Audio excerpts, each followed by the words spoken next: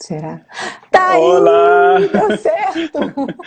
Boa noite, obrigado Não tô te pessoal que tá. ouvindo, você me ouve? Te ouço, você me ouve? Não me ouve? Não te ouço. Vocês ouvem o Rodrigo, gente? Você me ouve agora? Me ouve agora? Oi, Mila, você me Vocês ouve? ouvem o Rodrigo ou só eu que não ouço? Deixa eu ver, Oi, de repente Mila. se eu só. Ah, posso ser eu, sabe? Porque eu tô com o microfone. Eu acho que sou eu, peraí. Deixa eu ver se melhora. Tirei. Fala comigo, Rodrigo. Você me ouve Agora agora? eu te ouço. Ah. É que eu sou ótima de rede social, sabe? Eu sou um talento de rede social, não consigo nem ouvir. E aí, Bom, querido, como boa, foi o dia aí? Me conta. boa noite, muito prazer estar aqui com você. Boa noite, pessoal. Obrigado, e pessoal que ficou mandando. Rodrigo tá chamando, Rodrigo tá chamando. Pô, e não, É, eu sou tão ruim, Rodrigo, que o negócio para de rolar, ele fica parado lá em cima, eu não vejo mais ninguém. Eu tenho que ficar rolando depois. Muito, é tudo culpa minha, gente. Desculpa, mas tô feliz porque tem um tempão que a gente fala de fazer isso, né? Pelo menos a gente consegue aqui um pouquinho hoje. Bom, o dia muito cansativo, muita apuração, muita correria por aqui na Flórida. Eu acompanhei desde o voto da Melania Trump lá em West Palm Beach. Passei por várias zonas eleitorais aqui, conversei com muito porto-riquenho, muito colombiano, venezuelano, para entender um pouco do que poderia acontecer aqui no estado da Flórida. E o que me surpreendeu foi que eu vi muita gente que não votou na eleição passada, votando esse ano, muitos idosos e muitos latinos, inclusive dentro da própria comunidade brasileira, muita gente que não votou na eleição passada, que essa eleição decidiu ir fazer campanha, muita gente fazendo campanha. Olha. Assim, o que eu percebi durante todo esse dia de apuração foi que, de fato, nas urnas, o apoio foi declarado, foi o apoio ao Biden, não foi ao Trump. Hum. Então, como você falou mais cedo, de repente, número de votos, talvez o Biden vai ganhar, mas infelizmente no número do colégio eleitoral ele vai perder, possivelmente aqui na Flórida eu acho que o Trump vai levar. E Mas, Rodrigo, agora você falou um negócio que eu fiquei pensando. Também tem um outro fenômeno que as pessoas falam muito aqui, que é quando você vai fazer a pesquisa e vai perguntar a intenção de voto, né, antes da eleição mesmo, as pessoas ou falam que vão votar por vergonha, ou falam que vão votar no democrata, ou falam que não sabem, que não vão votar e vão lá e votam no Trump. Isso é muito comum, tá, gente? Porque a impressão, e como a gente sabe, a popularidade do Trump não está em alta, então muita gente não declara o voto quando é perguntado em relação a isso. A gente já viu isso, tem até um apelido que eu esqueci, que era o nome de um candidato, mas isso aconteceu com inúmeros candidatos afro-americanos aqui, é exatamente. muito comum. E você acha que isso pode estar acontecendo na Flórida também? Eu acho até injusto a gente falar isso, porque na Flórida estava apertado ali esse tempo todo. Mas você É, observando isso, votos latinos, idosos que ali estão talvez não declarando apoio a ninguém, ou talvez até declarando ao Biden, você acha que pode ser que isso aconteça na Flórida? sim, foi o que eu percebi durante todo o dia e também com muito porto-riquenho, né? Os porto-riquenhos, a maioria dos porto-riquenhos que eu conversei não superou aí a atuação do Donald Trump na questão do furacão Maria, que Uhum. devastou Porto Rico, e eles consideraram a atuação do presidente na reconstrução do estado uma atuação ineficaz. Então muitos deles estavam ressentidos ainda com essa questão e declararam seu apoio ao Biden. No caso dos venezuelanos e cubanos, o que me surpreendeu foi que mais ao sul eles tendiam a ser Miami, né, Boca Raton, aqui mais ao sul do estado, eles tenderam a ser mais democratas, mas mais ao norte, eu cheguei aí até Tallahassee, eles tenderam a ser um pouco mais republicanos. E aí o famoso medo aí da retórica do comunismo que Uhum. toma conta da comunidade venezuelana e da comunidade cubana. Isso Mas é existe muito. essa diferença. Não, isso é importante você falar, porque se a gente olhar agora como é que está nessa divisão, Miami-Dade está Biden disparado, 53 a 46, 95% já reportado. Broward County, onde tem muito brasileiro, 64,5% Biden, 34% Trump, com 98% das urnas apuradas. Palm Beach, como você falou, 56 Biden, 43 Trump. Mas aí quando você sobe, é uma maré vermelha mesmo, tá? É Trump de cima e embaixo. Aí vai ter ali Alachua County e Duval County, Leon County e Gadsden County, que vão estar azuis. Ali Orlando, Orange County, 60 para o Biden, 37 para o Trump. Mas é isso. O resto você vê aquela maré vermelha aí. Então pode ser realmente que a gente veja esse desenho aí, essa diferença de norte e sul é importante mesmo que você ressaltou, né, Rodrigo? Não dá pra gente... É muito complicado mesmo esse sistema aqui em que a gente tem que entender regionalismos, né? E você acha, pelo que você, que é um especialista em imigração e está acompanhando isso há tanto tempo aí, você acha que as duas campanhas trabalharam bem, a Flórida e o voto latino, ou falharam? Como é que você avalia aí as duas campanhas? Bom, eu acredito que a campanha democrata, infelizmente, não enxergou aqui na Flórida, dentro da comunidade imigrante, o interesse do imigrante, né? Porque grande parte dos imigrantes daqui do estado estão trabalhando como empreendedores, têm empresas de limpeza, empresas de construção, empresas que prestam serviço para o turismo, aqui em Orlando e Miami, enfim.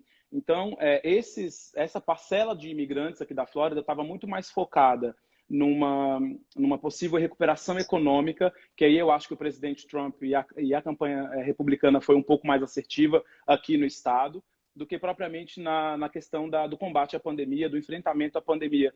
Então, eu acho que esse ponto pode ser aí uma explicação que levou esse voto latino da Flórida atender um pouco mais ao lado do Trump. Hoje eu conversei com muitas pessoas e muitos desses empreendedores, inclusive para a comunidade brasileira, muitos empreendedores falaram foram unânimes em dizer que votariam no Trump porque acreditavam que o Trump teria mais capacidade de recompor a economia dos Estados Unidos mais rapidamente. Um outro fenômeno que eu observei aqui durante a pandemia foi que a chegada dos cheques, os brasileiros comemoraram na rede social, porque veio com a assinatura do Trump. Teve brasileiro que guardou esse cheque de lembrança, falando que o Trump realmente ajudou, contribuiu. Então, a gente vê esse tipo de fenômeno acontecer e realmente o que eu acredito é que as campanhas focaram na questão da imigração na Flórida em tons distintos. O Trump focou numa questão muito mais econômica, porque, de repente, a plataforma dele percebeu essa movimentação entre os empreendedores aqui embaixo, e a campanha democrata focou muito nessa questão do enfrentamento à pandemia, que não era um tema que a comunidade imigrante, de modo geral, aqui na Flórida, estava muito interessada. É bem interessante pensar nisso. Existe um ditado aqui que é "It's the economy, stupid", né? Economia idiota, né? Quando perguntam o que elege um candidato, como é que alguém pode eleger, que tudo muito passa por aí. Eu vi, no entanto, né, um podcast, adoro podcast, eu ouvi um recentemente que falava muito disso, do voto latino na Flórida, apontando também uma questão do machismo trumpista, dessa persona machista e um presidente que tem 16 alegações de assédio sexual, né, de mulheres, e que essa postura dele, na verdade, atrairia parte do eleitorado latino. Obviamente, gente, é um estereótipo, mas estereótipos também, infelizmente, existem porque existe uma parcela da população que ainda acredita nessa dinâmica patriarcal. Vide aí o que a gente viu nas notícias hoje, por exemplo, no Brasil, que é um país latino aqui em relação a esse estupro culposo, o que quer que seja essa anomalia que não existe, né, Rodrigo? Então, pode ser também que isso se reflita nas urnas. Eu achei uma loucura pensar nisso, sendo muito honesto, nunca tinha pensado que esse elemento fosse tão determinante, mas os relatos... essas apurações desses jornalistas apontam muito para isso. Você observa isso também, Rodrigo? Totalmente. Aqui Nossa. na Flórida chega a ser assustador, assim, a opinião de algumas pessoas. Você fala, meu Deus, de fato essa família... Eu entrevistei algumas famílias também de brasileiros que já...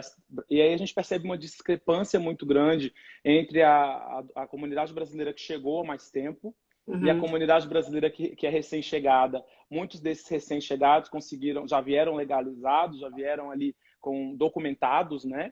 E aí eles já conseguiram sua cidadania mais rápido e aí já votam, já puderam votar nessa eleição. A essa parcela que recém chegou, a maioria das pessoas que eu entrevistei foram muito favoráveis ao Trump e à questão religiosa, são muito ligados né, às igrejas, ao trabalho que a plataforma republicana fez aqui nas igrejas da Flórida foi um trabalho muito intenso, bem distinto da plataforma democrata. Então, eu acho que isso também pode ter feito a diferença na hora do imigrante votar, porque o Trump tem apoio expressivo da comunidade latina evangélica, né, por a questão do aborto, por exemplo, os temas que ele defende publicamente. Mas o que a gente percebe é que os imigrantes que chegaram há mais tempo, que vivenciaram os Estados Unidos em outros momentos da história, eles tendem a refletir um pouco mais. E aí, se você desce para Miami-Dade, por exemplo, que é o maior condado, eles vão tender a ser um pouco mais democratas. Porque a gente tem cubanos que são muito gratos ao governo Obama, a gente tem brasileiros, inclusive, que a gente passa por um fenômeno aqui na Flórida muito intenso, porque os aviões de deportação que foram autorizados pelo governo americano, né, em um acordo aí com o governo brasileiro, já levaram 21 aviões, já decolaram daqui, pousaram em Minas Gerais, e mais de 1.125 pessoas brasileiros foram deportados daqui para o Brasil. Nossa. E aí, isso é um dado relevante, porque você percebe que existe, na maioria das pessoas que estão aqui há mais tempo, elas refletem sobre isso. Elas falam, olha, mas na época do governo Obama, muito embora se deportou muita gente, não houve um acordo para a deportação, sabe? E elas sentem muito isso. E aí elas tendem a ter também mais compaixão, mais um olhar para o próximo.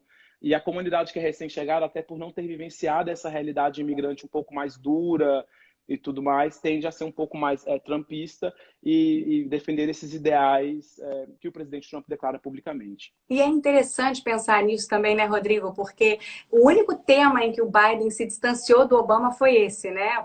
A imigração, dizendo que ele não deportaria tanta gente quanto o Obama deportou. Eu acho que isso é muito interessante também nessa eleição, que é uma eleição em que os dois candidatos deixaram muito claro, no último debate pelo menos, qual é o posicionamento de cada um em várias áreas, né?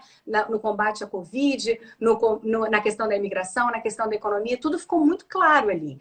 E a questão da imigração foi uma questão em que o Biden falou, não só eu não vou fazer como você, Trump, como eu vou fazer muito menos do que o Obama fez. Agora é interessante observar essa diferenciação e que a comunidade brasileira faz essa diferenciação de verdade. Agora você tocou, por exemplo, na questão dos cubanos serem gratos ao Obama, também existe uma questão geracional aí que é importante da gente pensar no voto latino e uma questão de gênero, mulheres latinas e mulheres em todos os grupos tendem a votar muito mais no Biden do que no Trump, inclusive brancas suburbanas que deram a eleição em grande parte ao Trump em 2016, mas a questão geracional, por exemplo, entre cubanos me fascina. A geração dos pais, né, ou avós que vieram pós-revolução cubana e a geração atual, a segunda geração, né, esses cubanos, esses filhos dessas pessoas que vieram, nesse grupo mais jovem, muitos cubanos tendem a votar democrata também. É muito interessante observar essa diferença geracional. E aí que entra esse trabalho da campanha, que eu acho que não foi feito de nenhum dos dois lados, que é um trabalho, como eles dizem aqui, de grassroots, né, de ir lá de porta em porta, de ouvir aquele eleitor, de entender o que ele faz. E para quem acha que isso é maluquice, o Bernie Sanders fez isso muito bem, era o Tio Bernie, né? Engajou a população latina de uma maneira impressionante, que a gente realmente não via há muito tempo, e os latinos têm uma resistência muito grande, não apenas a ir votar, mas a se registrar, principalmente. Quando o latino se registra, normalmente ele vai votar, né? E aí a gente fica insistindo nisso do voto latino, mas os latinos são hoje o maior grupo subrepresentado nos Estados Unidos, mais até que os afro-americanos. Se saíssem de casa para votar, seria uma voz realmente muito importante, mas também vale lembrar, não votam em grupo. Então é preciso que esse trabalho seja feito mais aí de formiguinha. Gente, muita gente aqui dizendo obrigada, muito, muito bacana ter tanta gente aqui comentando isso. Rodrigo, eu vou ver se eu consigo achar o Pedro, que eu tinha combinado com ele dele entrar. Tudo bem. Eu tô vendo que ele tá aqui, ele aparece na minha lista. Eu acho que ele ele acabou de entrar live, acho que ele tá live no Instagram dele. Oh, meu Deus do céu, será que ele tá me mandando mensagem? Porque eu fiquei de entrar no dele. Deixa eu mandar um...